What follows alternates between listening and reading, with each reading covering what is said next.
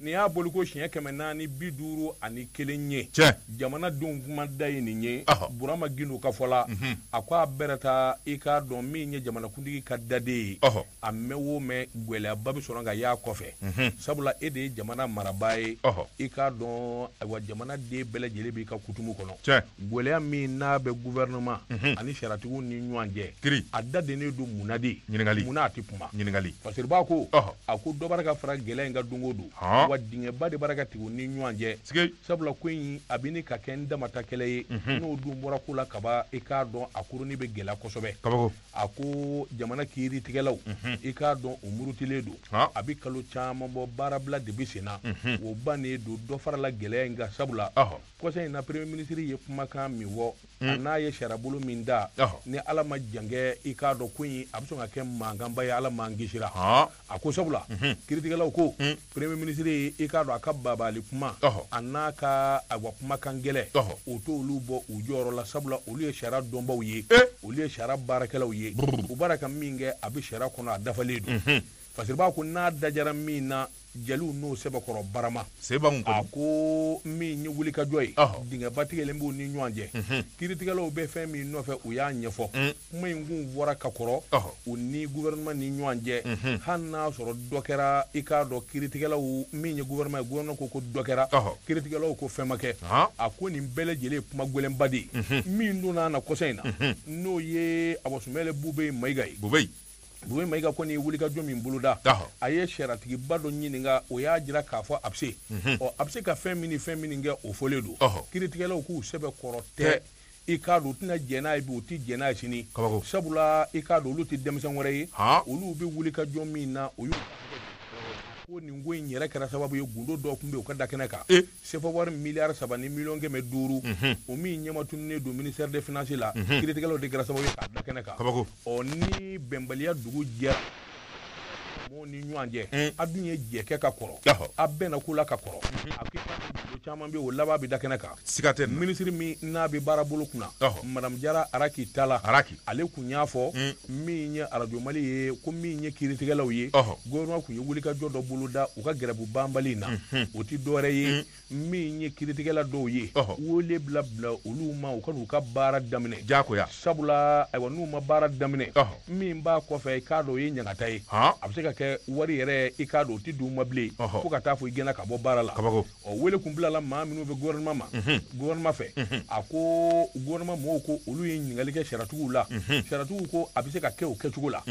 min ye kiiritigɛlaw olu ko nkalon n'a tɛ kɛ ten abada lezi nka n'i ko ta k'u lajɛ i b'a ye k'a fɔ dɔ kɔni fara la gɛlɛya kan kosɛbɛ maa min bɛ se ka nin ko in yɛrɛ ban ni k'a sigi ka fɔ kɛ o ye jamanakuntigi ye parce que b'a ko jamanatigiw ka nin daden a kɛlen bɛ ka mɔgɔw sɛbɛn kɔrɔsira a bɛ sira kuma in ɲɛde wa yalima gɛlɛya bɛ yɔrɔ jumɛn ye ɲininkali a ko don o don min ye sanu ye ka taa se silima ma o bɛɛ yɔrɔ min na i k'a dɔn yɔrɔ ɲuman tɛ sabula kɛlɛ yɛrɛ de dabɔlen don fɛ sabula t'an bɛ don sariyakisɛw la ni k'o sɛbɛkɔrɔ jɛnsɛn sariyakisɛ minnu b'a jira k'a fɔ u ka hakilina a n'u baara ka baara min kɛ a dafalen don i k'a dɔn sariya sɔsɔ tɛ o gouvernement kɔni y'a jira sa k'a fɔ wele min n'ale kɔni y'o da ka ɲɛsin maa damadɔ ma n'olu ma taa baara daminɛ i k'a dɔn u bɛ gɛn ka bɔ baara la walima sara yɛrɛ tɛ d'u ma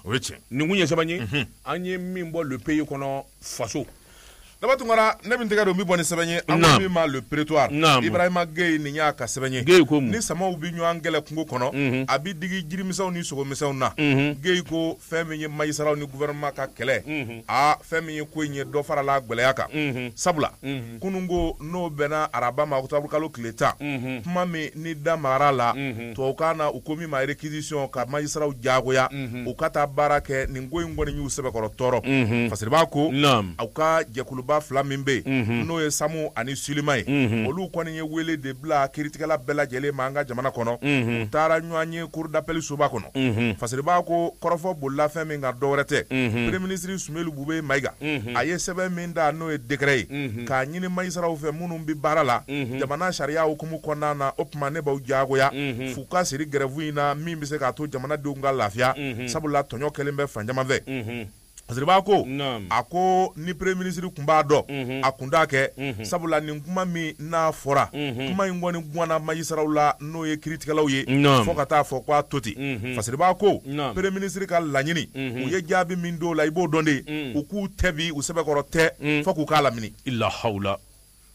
kuma an garila ɲɔgɔn na buɛ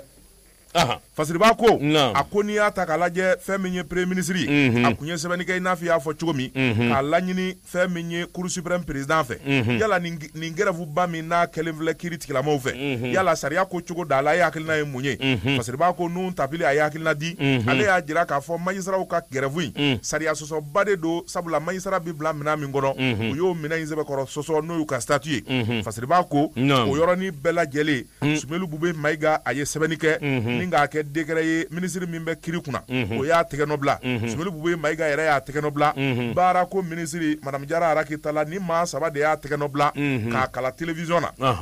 parce que b'a ko o dugusɛjɛ kɛra kunungo ye parce que b'a ko magistraw ye ɲɔgɔn ye kuma min bɔr'u da kuma in gwɛlɛyara kosɛbɛ sabula u y'a jira k'a fɔ nin baara min kɛlen filɛ jamana faamaw fɛ nin kɔni ye sariya sɔsɔba de ye u ye article caman fɔ an ka jamana sariya sunba parce que b'a ko o article min bɛ yen n'o ye 25 ye o tɛmɛnen kɔfɛ ka bɔ yen article 81 u da magar'o la u y'a fɔ k'a fɔ fɛn min ye jamana ye minnu bi jamana baara kɛ kiiritigɛlaw ni députéw nin bɛɛ lajɛlen n'a ta fan si tɛ se ka si jagoya fasiriba k'u y'o sariya kisɛw bɔ k'o bin o tɛmɛnen kɔfɛ ka bɔ yen ɲɛseleke naani tɔnba n'o ye OIT ye o ka sariya kisɛ minnu bɛ grève ko la ani fɛn caman na u da magar'o la k'a jira k'a fɔ nin bɛɛ lajɛlen sɔsɔra n'a ma ɲa k'a fɔ o sɔsɔra o tuma olu bi laɲini min kɛ ko damadɔ don maa min bɛ yen n'o bi jamana premier ministre la Sumelu Bube Mayiga a ka démissionner a tɔ kɛra faama kuma ye ko i bɛ k'a ko gwɛ a gwɛnen dama tɛ koyi a ka wele bɔgɔ jeninen kan u ko min ma haute trahison buɛ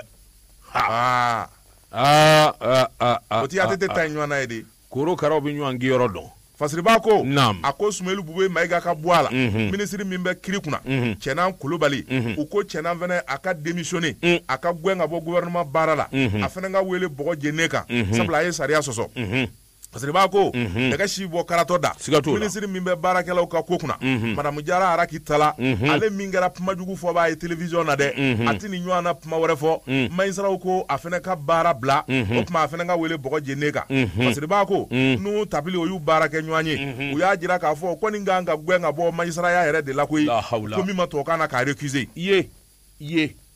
o dɔrɔn tɛ a ko Nuhun Tabili a gɛnnen kɔfɛ a ye baara min k'a cɛ ka jugu a ye sariya sɔsɔ o tuma olu b'a laɲini Samu ni Silima Nuhun Tabili a fɛnɛ ka wele bɔgɔ jeninen kan ni k'a ɲininka dalakan na parce que b'a ko ko in kɔni sɛbɛkɔrɔ gwɛlɛyara fo ka taa fɔ k'a to ten Ibrahima Gueye ko a ko n'i y'a ta k'a lajɛ fɛn min y'an ka jamana sariyaw ye u jɛlen bɛ sabula sariya min bi magistraw jagoyali wala baarakɛla jagoya a ka taa baara kɛ o sariya in dara kabi san 1987 fasiri b'a ko sariya in kɔnɔna na fɛn caman fɔlen bɛ ka magistraw kɔni y'a jira k'a fɔ sariya in di bololu kan sabula fɛn min b'olu kunkan ko kuma fɔ o ye statut autonome ye olu bi baara kɛ n'o de ye sariya o sariya n'a t'o kɔnɔ o tuma u t'o ko la dɔn fasiri b'a ko i n'a fɔ i y'a fɔ cogo min dora sa o de ye président de la république Ibrahim Boubacar Keita magistraw ko ni IBK yɛrɛ tɛ sa u ni maa si ti kuma bilen baara banna o ye ka kɔda ntɛnɛn na ye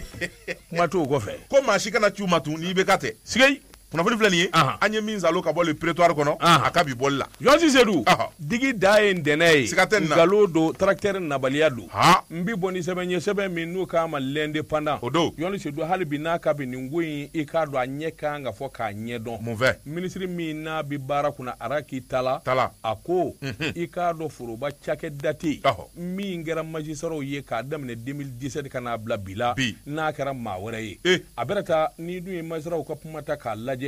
u ka wuli ka jɔ a kun ye min ye kabini juillet kalo tile 10 i k'a dɔn u bi fɛn dandi nɔfɛ k'u ni gouvernement bɛnn'o kan a gɛlɛ ani min ye sɛbɛ ye o de ye magistrat kelen o kelen i k'a dɔn u bi baara kɛ yɔrɔ min an'u ka baara kɛ yɔrɔ lakana ka sabati u nɔfɛ kosɛbɛ jamana fantan 4 bɛɛ lajɛlen na o tɛmɛnen kɔfɛ min ye u yɛrɛ ka baara bolo ye bɛnkan ni hakilina kun ye min ye o ko min ma statut de la magistrature i k'a dɔn u ka lajɛ ko kura hakilina wɛrɛ ka ta min ye ye sarako ye k'a don kun ye ɲinifɛn wɛrɛ ɲini o kuma kun fɔra ka taa se min ye sɛgɛsɛgɛliw ni jateminɛw ye ani projet min bɛ tali kɛ ka ɲɛsin u yɛrɛ ka hakɛ bɛɛ lajɛlen kan o tali a n'o jidili a ko n'o fana bɔra ye min ye wulikajɔ ye magistrat ani gouvernement ni ɲɔgɔn cɛ syndicat bolo fila min bɛ yen k'a dɔn bonya u ka taa k'u sɛgɛrɛ magistrat k'u ye fɛn damadɔ min ɲini nin filɛ a ko grève in kɔni nana jidi sabula gouvernement ka tulo gɛlɛya magistratw ka fɔ la o de u se nin danga in na a bɛrɛ taa olu ye sariya bato sabula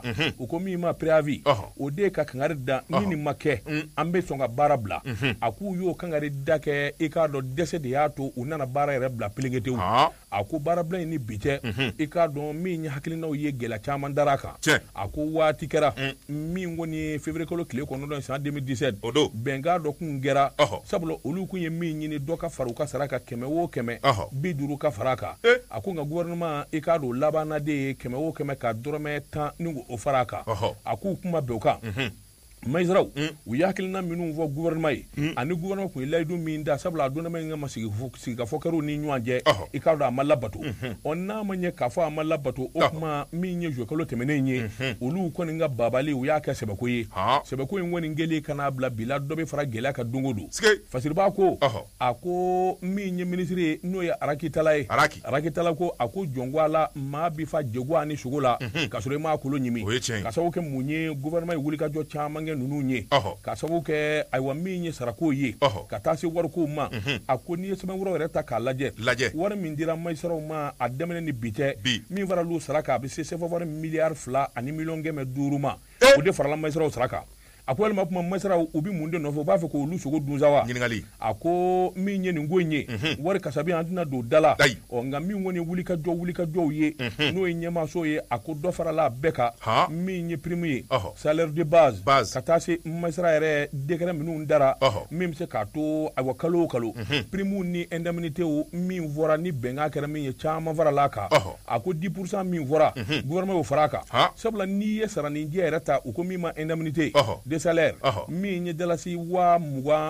20,000 ani 20,000 2017 kana se fo san min ye 25,000 ye 2018 walima ma dɔ kɛ wa a ko nin damada b'a jira k'a fɔ min kɔni magistraw ye arakitala ka fɔ la i k'a dɔn ayiwa min kɔni hakili ye i k'a dɔn a dafalen dɛ n'a ma ɲ'o kɔ o tuma wulikajɔw na boloda a k'o di kutumuw kɔnɔ a n'o jateminɛw na décret min n'i bɔra k'a kuma fɔ n'o taara premier ministre Sumale Bube Mayiga fɛ réquisition tɛ dɔwɛrɛ ye o de ye diyagoya bi kɛ dɔw kan olu ka taa baara de kɛ n'u ma taa baara kɛ ɲangata min b'u nɔfɛ i k'a dɔn o ka bon kosɛbɛ jɔni de welelen bɛ président chambre ani conseil des cours d'appel procureur généraux avocats généraux cour suprême ani cour d'appel président ani vice-président tribunaux de grande instance tribunal grande instance ani tribunal de travail tribunal de commerce tribunal administratif tribunal des enfants des juges de paix à compétence étendue ninnu de welelen bɛ diyagoya la premier ministre fɛ o kuma fanga jamana mɔgɔw b'a la a ye baara daminɛ hali n'a bɛ grève la grève in ka jɔ sisan a ye na baaraw daminɛ wa n'a ma baara daminɛ sariya kɔni bɛna boli a kan o sariya tɛ dɔwɛrɛ ko fɔ o de ye i k'a dɔn i bɛ se ka gɛn ka bɔ baara yɛrɛ la pelengetewu an kɛ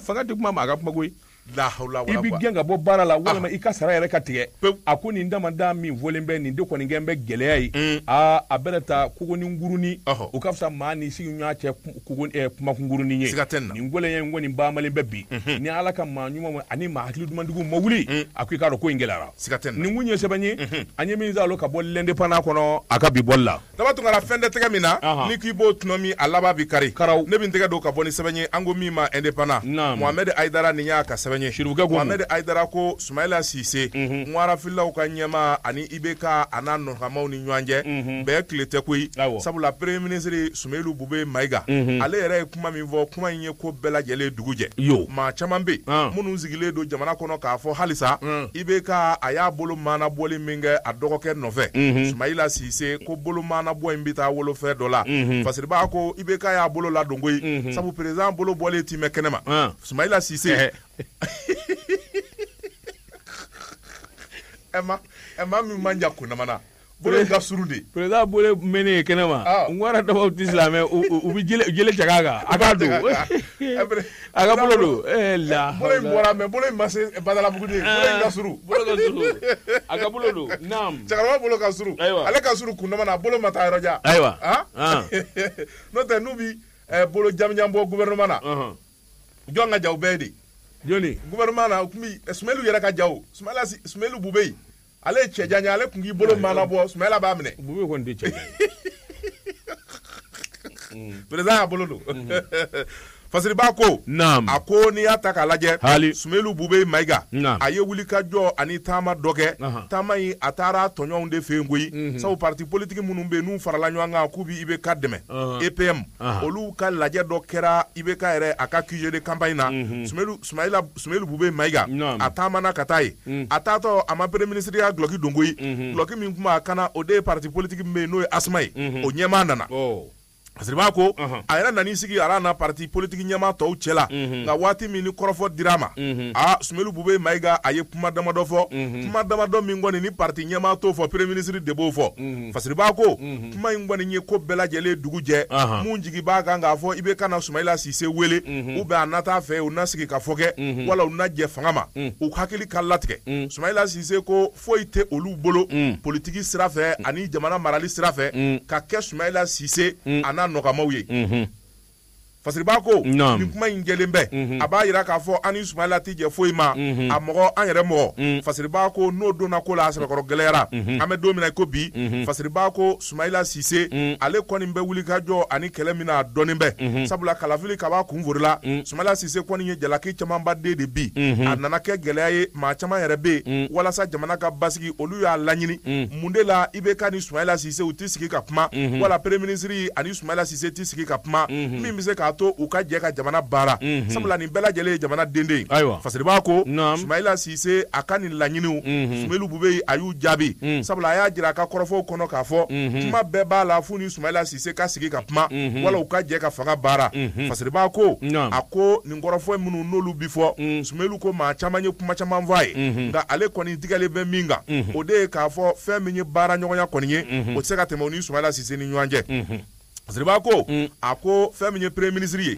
Ismaïlu bubey maiga a ko an bɛ don min na ko bi an ka jamana démocratie a bi hakɛ di bɛɛ lajɛlen ma ni maa min ko i bi taama i bɛ se ka taama Bamako fɔ Gawo wala Bamako fɔ Kidal jamana b'o yamaruya d'i ma nka k'a fɔ fɛn min ye kalafili kɛli ye k'i bɛ se ka kɛ sababu ye ka gɔrido la Ismaïlu bubey maiga ko o tɛ se ka kɛ a ko ale tigɛlen b'a kan k'a fɔ waati min ale bi baara daminɛ premier ministre la maa caman bɛ u ye kuma caman fɔ ale ye kuma caman mɛn sabula dɔw sago de kun ye kalafili a kana se ka kɛ walasa an ka jamana ka sigi dingɛ kɔnɔna na ale ye cɛsiri bɛɛ lajɛlen de kɛ kalafili ka kɛ o senfɛ maa caman bɛ u ye kuma caman fɔ k'a fɔ fɛn min ye kalafili ye hali n'a kɛra o tuma olu kɔni tɛna ja n'a jaabi ye ko min ma kɛ fɔlɔ n'i ko k'i tɛna ja n'o jaabi ye o jaabi bɔlen i ka laban tuguni k'a fɔ k'i ma ja n'a ye Ismaïlu bubey maiga ko ale kun sigilen bɛ n'o ye sabula maa min bɛ yen n'i b'a dɔn k'a fɔ i bintɔ don kɔrɔlen o tuma siga foyi t'a la ko min bɛna kɛ i bɛ kɔn ka kagarida kɛ Fasiriba ko a ko n'i y'a ta k'a lajɛ Ismaïlu bubey maiga a ko ale tigɛlen bɛ fɛn min kan o de ye k'a fɔ Mali a sariyasow a n'a cakɛdaw k'a fɔ namara ma kɛ maa kan ka siga o la nka maa minnu bɛ yen n'olu nana kɔlɔsili la diɲɛ seleke naani bunakun kan n'olu bɛɛ lajɛlen kɔni y'a jira k'a fɔ namara ma kɛ hali n'a y'a sɔrɔ fiɲɛ dɔw yera yɔrɔ dɔw la sabula biro dɔw ma dayɛlɛ o dayɛlɛ kuma biro dɔw lakanako kɛra gɛlɛya ye nka k'a fɔ ko namara de kɛra ka bɛɛ lajɛlen k'a salo ni ka maa dɔ gɛn jagoya la a ko fɛn min ye diɲɛ seleke naani kɔlɔsilikɛlaw ye o m'o kuma fɔ a ko kuma in bi ale fa wa fɛn min ye jamana baara olu bi tɛmɛ n'a ye ni maa minnu sigilen bɛ k'a fɔ fɛn min ye IBK ye wala Ismaïlu bubey maiga u ni Soumaïla Cissé bɛna jɛ ka faga baara a ko a tigɛ bi a tigɛ sini kunnafoni filɛ nin ye an ye min bɔ indépendant kɔnɔ a ka bi bɔli la Yɔrɔji Seydou kelen ni yaalalikɛla n'a ko a ye Ala ye maa t'a sɔsɔ naam bala cogo bɛ di Yɔrɔji Seydou ni fatɔ kɛra muru feerela ye maa t'o sugubulo tɛrɛmɛ ka janya n bɛ bɔ ni sɛbɛn ye sɛbɛn min n'u k'a ma le démocrate o don min ye jɛrɛjɛkulu minnu bɛ yen n'u sɔnnen tɛ fanga ye ka taa se tɔnbolo minnu bɛ yen ani a bɔ cakɛda bolo minnu bɛ yen i k'a don farala ɲɔgɔn kan ni ka tɔnba sigi tɔn min n'u k'a ma FSD FSD ni ye tɔnkura min n'a bɛna sɛgɛsɛgɛli kɛ ka jateminɛ kɛ Ibn Boubacar Keita ka fanga ni k'a sɛbɛkɔrɔ lajɛ sabula u y'a jira k'a fɔ jamana bɛ gɛlɛya kɔnɔ min barika ka bon bi kosɛbɛ balo tɛ sɔrɔ nasɔngɔ tɛ sɔrɔ sara yɛrɛ jɔlen don politikimɔgɔw i k'a dɔn olu bara ka baara min kɛ hakaja olu tɛna jɛ n'o ye fo k'a sɛgɛsɛgɛ u nɔfɛ min ye nin tɔn in ye politikiw b'a la i k'a dɔn syndicats b'a la association ka taa se ayiwa maa minnu n'u ka hakilinaw bɛ ɲɔgɔn na min ye diinɛ yɛrɛ ye o maa dɔw b'a la nin ye tɔnjɛrɛ jɛkuluba ye min sigira sen kan ACI kɔnɔ fasiriba ko sabula u sigalen don ni ka jateminɛba kɛ jamana yɛrɛ maracogo ani jamana taabolo min ye hakilinaw ye a bɛɛ lajɛlen ka se ka fara ɲɔgɔn kan min ye Cɛbilen Darame ye a tun bɛ kɛnɛ kan a y'a jira k'a fɔ u ka kɛlɛ kun tɛ dɔwɛrɛ ye min ye jamana ye votew kɛra kɛcogo min na i k'a dɔn cɛjuguya ka taa se jamana yɛrɛ bɛ dabolo min na i k'a dɔn n'a cɛ ka jugu kosɛbɛ u bɛna nin bɛɛ lajɛlen de kɛlɛ kɛ ni k'a sɛgɛsɛgɛli jateminɛ sabula u ye fɛn caman ye u ye fɛn caman mɛn min ye Sumɛlɛ Darame ye a fana kumana a ko Cɛbilen Darame Sumɛlɛ Sise fana kumana Sumɛlɛ Sise ko a ko jamana in bɛ danga min na maanifin ni bi ne ka ban ɲɔgɔn na sabula min ye dugu ni dugu jamana ni jamana i k'a dɔn kabila ni kabila olu damada karilen don ɲɔgɔn na fa bɛɛ fɛ nin ɲɛ kɛwale min ka gɛlɛn kosɛbɛ Sumɛlɛ Sise a y'a jira k'a fɔ min ye ayiwa kɔsa in ye nin kalo 3 laban in na min ye bingani ye n'o ye terroriste ye siɲɛ 58 u y'o bingani de kɛ maa 287 ni tora la i k'a dɔn maa min y'a sigiyɔrɔ bila a ka cɛ maa 5000 ye a ko o bi gouvernement min ka bolo kan sɛgɛsɛgɛli kan ka jateminɛ Sumɛlɛ y'a jira k'a fɔ hakaja u bɛna dabali bɛɛ lajɛlen tigɛ sa Mali fan o fan i k'a dɔn ka magoya ta ka yen sɛgɛrɛ ye o tuma u bɛ welewele da kɛ maa ma den bɛɛ hakili ɲuman b'i la ka na jɛrɛjɛkulu in na i k'a dɔn i sigiyɔrɔ bɛ yen o tuma olu kɔni ka se ye min ye o de ye jateminɛw ani sɛgɛsɛgɛli jateminɛ ni sɛgɛsɛgɛli minnu n'u bɛna ɲɛfɔli kɛ sabula min ye FSD i k'a dɔn tɔn min don ayiwa bɛɛ lajɛlen jɛtɔn don babali tɛna u b'u dabolo kan i k'a dɔn nani tɛna u b'u dabolo kan kumakanjugu tɛna u b'u dabolo kan nin kun ye sɛbɛn ye Umaru Sanɔgɔ ka sɛbɛn don an ye min bɔ le démocrate kɔnɔ a ka bi bɔli la daba tuma ne min tɛgɛ don ka bɔ ni sɛbɛn ye an ko min ma les Échos Amadu Sidibe ni y'a ka sɛbɛn ye Amadu ko ɲɔkɛnɛto dundayɔrɔ ka di nka kɔ b'a la a ko an ka taa Mundugula ani Baginda yen kɔni fɛn min ye Kati préfet ye n'o ye Kati commandant ye a kɛlen bɛ ka maaw bɔ jamana la Seydou ne ko ɲɔkɛnɛto dundala ka di nka ko b'a la mun b'a kɔfɛ a bɛ maa kɔnɔ de boli o ye tiɲɛ ye a b'i kɔnɔ boli dɛ awɔ naam Fasiriba ko a ko n'i y'a ta k'a lajɛ fɛn min ye Kati commandant ye Sadio Keita ale de kɛlen bɛ kangɛrɛn siri fɛn min ye kominiw na komini minnu n'o ye Mundugula ani Bagineda ye Fasiriba ko a ko a tɔɔrɔ selen bɛ dugudenw ma fɛn min ye denmisɛnw yɛrɛ ye olu faralen bɛ ɲɔgɔn kan ni Ala ma jakɛ ni fɛn min ye Kulukoro gouverneur ye n'a m'i sen don nin ko in na a laban bɛna taa kɛ gɛlɛya ye koyi Fasiriba ko fɛn min ye Bagineda ani Mundugula nin fila bɛɛ ye Kati a cercle komini dɔw ye Fasiriba ko n'i y'u ta k'o lajɛ Kati ni Bamako dugukolo kɔni dunna ni k'a ban pewu Fasiriba ko min dora sa o de ye dafɛ komini ninnu ye u firilen b'o kan i n'a fɔ Kalabankoro Fasiriba ko fɛn min ye nin komini 3 ye ni gɛlɛya bɛ yɔrɔ kan bi o dongo ye sabula fɛn min ye Kati préfet ye Sadio Keita ale kɔni ma foyi bila dugukolo feere ɲɛ Fasiriba ko dugukolo kɔni kɛnɛjɛni bɛ fan o fan fɛ a b'a bɛɛ lajɛlen bosoni k'a feere maire kɔni sigilen bɛ wolosɛbɛn dilan de la n'o tɛ ko bɛɛ lajɛlen pannen b'u kunna Fasiriba ko k'a sɔrɔ sariya min dara n'o ye loi numéro 0208 février kalo tile 2 san 2010 Fasiriba ko o sariya in jɛlen bɛ kosɛbɛ sabula dugukolo baarali ye ni k'a kɛ siso ye Fasiriba ko a ye bɛɛ lajɛlen jɔyɔrɔ d'a ma o baara in kɔni kalifalen de bɛ mairie la olu kan ka wuli ka jɔ kɛ nka Kati cercle kɔnɔ Kati préfet n'o ye Sadio Keita ye Sadio kɔni ko yan dɛ a bɛɛ lajɛlen bi kɛ ne Sadio de fɛ wa n b'a buruja cogo min ka di n ye Fasiriba ko maire ye baara o baara kɛ u ye maa o maa sigi Sadio ko a si sigi cogo man ɲɛ a y'u bɛɛ lajɛlen gɛn ka bɔ yen ni k'a boso kura ye Fasiriba ko kɔni kɛlen bɛ gɛlɛyaba ye sabula terrain kelen tigi 2 tigi 3 tigi 4 i b'o de Mundugula kɔnɔna na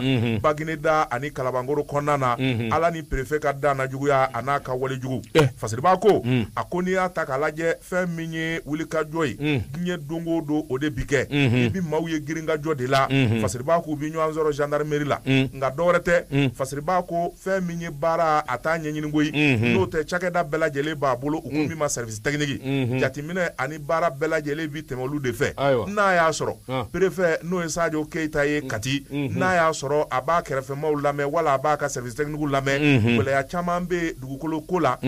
ni sigida ninnu donnen b'o la u ti don la Fasiriba ko a ko ni dun y'an ka dafɛ kominiw ta k'u lajɛ Fasiriba ko u ka sɔrɔ belebeleba bɛ dugukolo ko de la n'i y'o minɛ u la dɔrɔn u bi sigi u sen tigɛ kan gaki Fasiriba ko hali baarakɛlaw ka sarako ani wulikajɔ minnu kan ka kɛ nin bɛɛ lajɛlen gɛlɛya bɛɛ Fasiriba ko a ko baarakɔrɔ fɛn o fɛn kɛra ka tɛmɛ dɔrɔmɛ 1 sarala yɔrɔ min na Sadio Keita ko a bɛɛ lajɛlen wari ka da ale yɛrɛ kelen ma hali taxi minnu bɛ ni mairie bi wuli k'a minɛ k'u bi baara kɛ n'a ye Fasiriba ko diɲɛ don o don mission diɲɛ don o don kɔlɔsilikɛla de bi taa Sadio ka ciden de bi taa joli sɔrɔ la bi a y'a di kana Fasiriba ko a ko fɛn min ye Mundugula mairie Bagineda ka taa fara Kalabangoro kan a maire kɛlen bɛ ka kule k'a bɔ bi ni gouverneur ma kuma n'o ye Kulukoro gouverneur ye ka kuma nin berefɛn in fɛ fɛn min ye dugukolo ko ye a kɛlen bɛ ni k'a sɛbɛkɔrɔ nege bɔ Fasiriba ko a ko ni dun ye Kati dugukolo ko ta k'a lajɛ diɲɛ don o don a kɛlɛ de bi fɔ Mali dugukolo ko yɛrɛ ɲaamiba fanba ye yɔrɔ min ye Kati cercle don Fasiriba ko a ko n'i y'a ta k'a lajɛ Kati cercle jɔyɔrɔ ka bon kosɛbɛ sabula ale de ka dugukolo kɛlen bɛ ni ka Bamako lamunu Fasiriba ko préfet o préfet n'o nana o b'i ta boso préfet kura mana na bosonin kɔrɔw o bi laban ka segin o kan Fasiriba ko u bɛ nin de la dugukolo 1 tigi 3 tigi 4 o de ye Kati kɔnɔna na Fasiriba ko a ko n'i y'a ta k'a lajɛ fɛn min ye Mundugula ye ani Bagineda u denmisɛnw farala ɲɔgɔn kan sa ka jɛkulu sigi n'Ala ma jakɛ fɛn min ye denmisɛn ninnu ye u bɛna ko dandɛmɛwalew daminɛ sabula association min sigira o ko min ma association protection patrimoine foncier Mundugula ani Bagineda o kɔni ye ka wuli ka jɔ de kɛ sa anw cikɛ dugukolo an faw ka dugukolo a kana na minɛ an na jamana faamaw fɛ sabula a ko n'i y'a ta k'a lajɛ nin dugu caman bɛ Bamako garaliw la nka cikɛyɔrɔw de don caman bɛ minnu tɛ fonctionnaire ye dahirimɛ sɔrɔ cogo foyi t'u la ni cikɛ tɛ Fasiriba ko a bɛɛ lajɛlen de bosonnen bɛ ni min ma boso ka kɛ du ye o y'o boso k'o kɛ hectare ni forow ye ni k'a feere nafolobatigiw ma Fasiriba ko an bɛ don minɛ ko bi dugudenw kɔni sɛbɛkɔrɔ diminen bɛ fɔ ka taa to ten n'Ala ma jakɛ fɛn min ye denmisɛnw ye u bɛna wuli kajɔw daminɛ u ko fɛn min ye kunnafoni di baro ye u bɛn'o kɛ tile 2 in na ni ka jamana faama tɔw ladɔnniya ni ko ma bɔ a la o tuma u na sira kura ta kunnafoni filɛ nin ye an ye min zalo ka bɔ les échos kɔnɔ wele Georges Seydou i bɛ ɲinɛ min fana kɔ o bourse kɔnɔnaw la i b'a sɔrɔ den ɲɛnen caman bɛ yen min fana y'a fa dugukolo kunnamada dugutigi den o caman de b'a la wala cɛkɔrɔba den u b'a feere dɔrɔn u bɛ dugukolo feere ka Jakarta sa ka tila k'a fɔ ko u nana an ka dugukolo minɛ an na o bi kɛ o bi ɲɛ o bi kɛ a caman fana bɛ yen a bɛ bɔ o cogo de la a caman bi kɛ ten caman di bin bɛ kɛ maire ni fɛnw kan olu nɔ tɛ koyi Bamakɔ e ko Bamakɔ dugukolo banna a banna a banna dugukolo dasilen filɛ an kɔrɔ sisan kɔni an bɛna an kɛ Korofina terrain de kan an bɛna an ko kɛ sa k'o boso an ni ɲɔgɔn cɛ Korofina terrain an nagi ɲɛna i ni Keita n'a ye denmisɛnw ja i ni RPM Keita Mamadu B Keita an b'a tila a bɛ Bamako bila u sen an b'a ja hali bi Kayikaw ŋunalen don mun bɛ yen an bɛ taa Kayi Kayikaw ŋunalen bɛ u kɛlen bɛ k'u bolo maana bɔ jamana gouvernement nɔfɛ n'Ala ma jakɛ Kayikaw bi taama ka bɔ Kayi ka na Bamako koyi o sira ka jan o bɛ na Fasiriba ko u ma foyi ɲini gouvernement fɛ u ma wari ɲini u ma sanu ɲini u ko Kayi dɔgɔtɔrɔso hôpital Fuseni Dawu ministre k'a lajɛ scanner 1 bɛ a ka t'o bila yen n'o tɛ saya digira Kayikaw la scanner 1 ça c'est la moindre des choses un seul scanner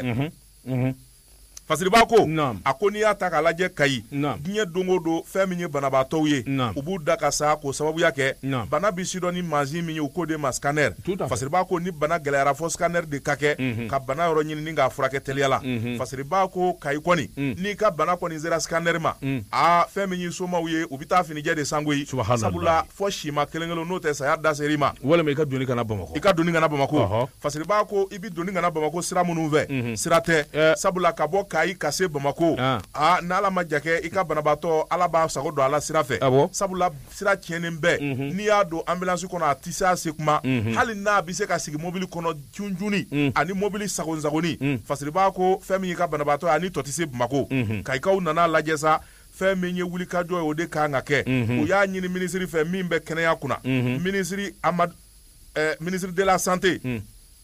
Sambaso u y'a ɲini Sambaso fɛ a ka wulikajɔ kɛ sa fɛn min ye wulikajɔ ani taamaw minnu n'a y'o kɛ dɔgɔtɔrɔsow la a ka taama to ten a ka scanner kelen bɛ ɲini ka di Kayikaw ma n'o ma kɛ u bɛna wulikajɔ kɛ mobili o mobili n'a bɛ tɛmɛ Kayi fɛ u bɛ mobili ninnu lasegin kelen a filanan sanu bɔyɔrɔ fɛn o fɛn n'a bɛ Kayi u bɛna wulikajɔ de kɛ k'a ɲini usine bɛɛ lajɛlen ka datugu fo Kayi u bɛ taali ka scanner sɔrɔ. Mais bien sûr la région de Kayi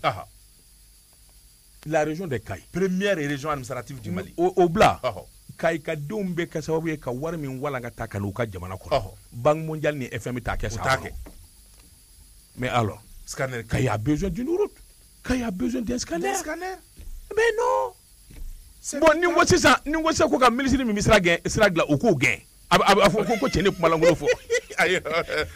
muso don bon mais ni ko ministre de la santé sisan ko ka kungo s'a ma u b'a fɔ ko cɛ ni da ka di kojugu mais voilà ce ministre là ce sont ces ministres là qui créent des problèmes au président de la République mais ko fila bɛ ko kelen bɛ o kana se ka kɛ sira wari ka caya a kana se k'o dilan mais scanner san ka di bon n'i ye nin sira tɛ yen o bɛna cogo di bon n'i ye nin fɔ ministre i b'a ye non bon c'est compliqué 600 kilomètres voilà banabaatɔ bɛ boli ka bɔ yen cogo di voilà bon ninnu bɛ problème de se jamanakuntigi ma sabula nin bɛ jamanakuntigi kogoya mɔgɔ ye bon n'i y'o fana fɔ a bɛ fɔ ko non ko i ye politique maa ye c'est une réalité politique tɛ nin ye nin ye terre di alors bon le président de la République i ye nin da a ma se k'a kɛ a ma se k'a f'i ye i t'a gɔnya n'i y'o ladon pendant des années tu deviens son complice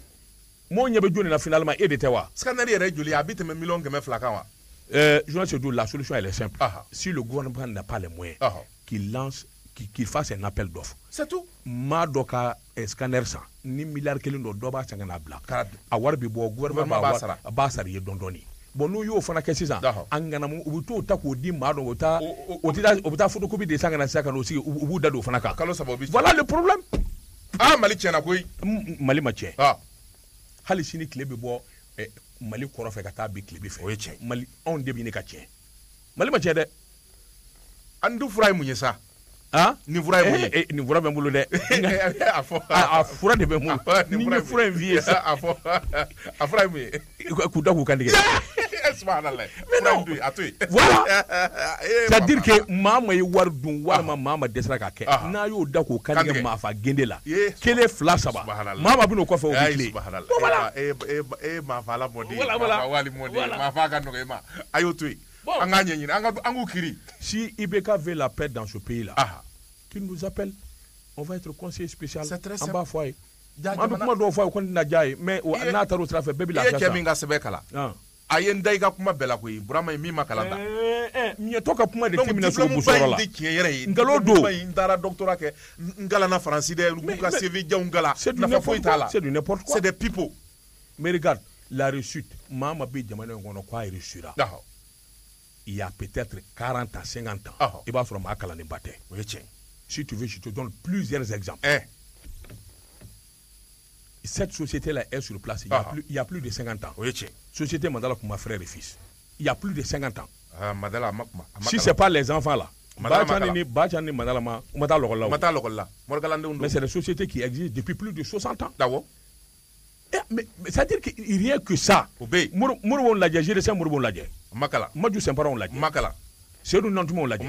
ont été dans quelle grande école? Dis-le-moi. Les Bakorès, c'est au travail école. Pourtant, ils emploient et c'est eux qui emploient des milliers. Et puis, cadre Minoumbe, c'est plus de 200 cadres qui docteurs en ingénieur, docteurs en agronome. Mais regarde Aloutomota. Comme les 18 Niger. Aloutomota, tu es 9e cas. Je te jure, c'est moi qui te le dis. Aloutomota, tu es bon, voilà, Mali problème flendi. Ni ye nous voici sans, ou bas faut qu'on ait makala. Ne makala. Makala no nyemunge. Nandara yɔrɔ la ko diplôme n ko fa bɛɛ la diplôme bɛ dun de yan. usine jumɛn bɛ Mali la ko doctorat tigi dɔ y'a jɔ. A bɛ dan. Justement. Voilà. Moi, je n'en connais pas. Parce que moi, j'ai compris que dans ce pays-là, finalement, ni kalana, il y a sodi. Ni kalana. Ngobi mama dala jamane ngoro warkula. Il va sur c'est des cadres. C'est des cadres. Ni. Et tu dois bien mango ya maou. Bita anga bla angara moko kana churu. Wati naka wati ma se bita amba bla ya. Alu foti daninga moko ka chambi. Salam. Jeka pip kaka fere fon la kodon.